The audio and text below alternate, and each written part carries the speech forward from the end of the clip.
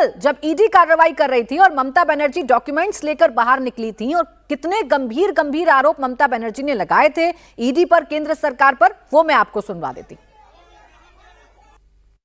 हमारा hard disk ले लिया, हमारा फाइनेंशियल पेपर ले लिया, हमारा पेपर लूट करते हैं, हमारा स्ट्रैटेजी लूट करते हैं, हमारा डेटा लूट करते हैं, हमारा वोटर लूट करते हैं, हमारा बंगाल को लूट करते हैं, हमारा भाषा को लूट करते हैं। एक क्राइम है।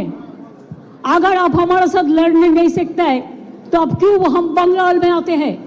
आप हिम्मत से काम लो, आप लोकतंत्र पुलिस प्रोसेस में जीतो। आप एजेंसी लगा के हमारा पेपर लूट करते हैं, करते लूट बोलते झूठ। बीजेपी इतना बड़ा डाकू है जिसका पास एक भी पैसा नहीं था, अभी हजारों हजारों लाखों करोड़ का संपत्ति हुआ है। एक आदमी को तो सीबीआई ने नहीं पकड़ा, ईडी नहीं पकड़ा। क्या है आप लोगों के लिए भविष्य? इससे और भी खराब होगा। जितना भी सीट आपको मिलना चाहिए था, इससे तो अब जीरो में आ जाएगा।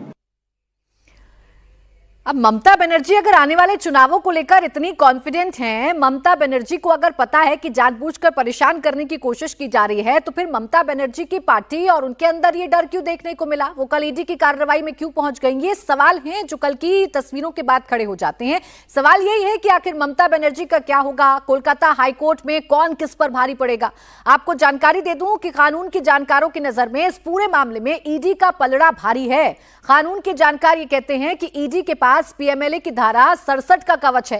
बंगाल पुलिस जब तक ये साबित नहीं कर देती कि ईडी अफसर ने अपने निजी फायदे के लिए कार्रवाई कथित रूप से फाइलों और दस्तावेजों की चोरी की है, तब तक जांच के नाम पर दस्तावेज ले जाना, अपराध की श्रेणी में लाना लगभग नामुमकिन है। ईडी के किसी अफसर की गिरफ्तारी तो बहुत दूर की बात है, लेकिन ईडी अगर ये साबित कर दे कि मुख्यमंत्री फाइल लेकर छापेमारी स्थल से चली गई, तो वो जांच में कितनी अहम है, तो ममता चुटकियों में गिरफ्तार हो सकती हैं।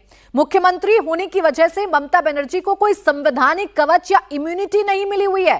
केजरीवाल और हेमंत सोरेन की पहले भी गिरफ्तारी ऐसे ही मामलों में हो चुकी है, इसलिए ममता बनर्जी की मुश्किलें बढ़ सकती हैं।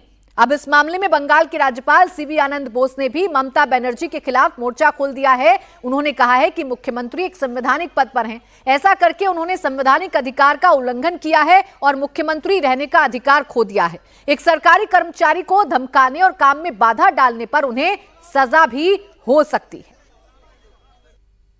Intimidating and threatening a public servant from doing his duty is a still graver offense, which is also punishable with 2 years imprisonment and fine or both. Now, the third issue that is brought to my notice is constitutional and serious.